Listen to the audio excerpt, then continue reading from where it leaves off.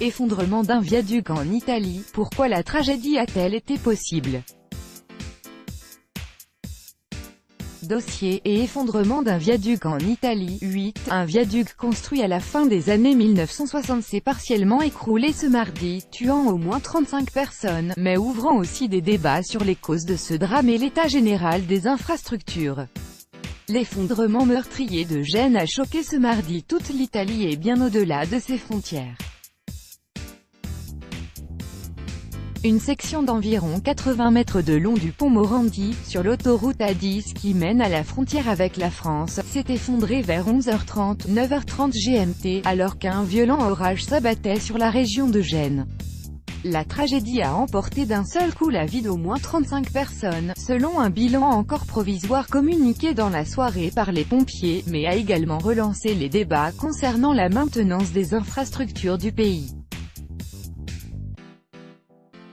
Le nouveau gouvernement au pouvoir depuis le mois de juin à Rome s'est immédiatement dit conforté dans l'idée que l'Italie devait dépenser davantage pour ses infrastructures, quitte à ne pas respecter les règles budgétaires fixées par l'Union européenne, relate Reuters.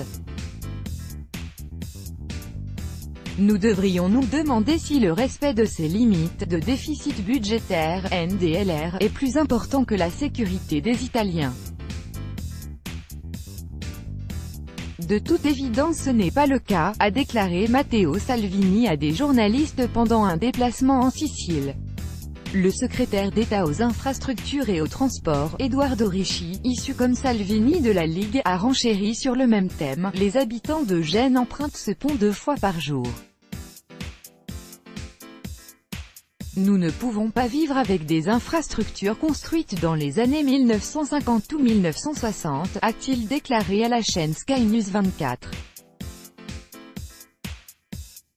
Contacté par Sputnik, Andrea Prota, professeur de technique de construction à l'université de Naples, Frédéric II rappelle un autre effondrement survenu en 2016, quand un pont s'est écroulé entre Milan et Lecco, faisant un mort et 5 blessés. Nous avons un réseau routier et d'infrastructures qui a son âge. Je dirais que 50 ans, ce n'est pas beaucoup, mais pas peu.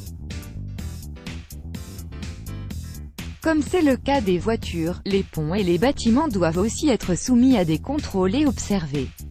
Tous les ponts de grands opérateurs, tels que ANAS et Autostrade, sont soumis à des protocoles très stricts, explique-t-il.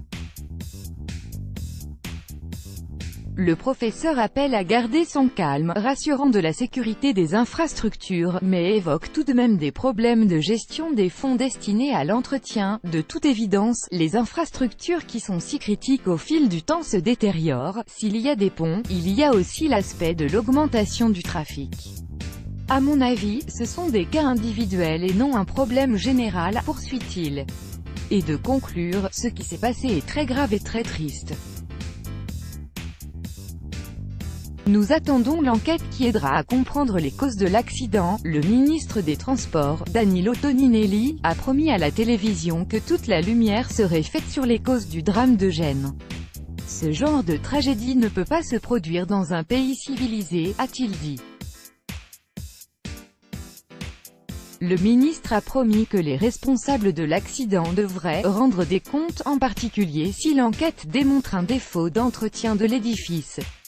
La maintenance passe avant tout, a-t-il insisté, ajoutant qu'elle relevait de la responsabilité de son opérateur et que le gouvernement se constituerait partie civile si le drame donne lieu à un procès.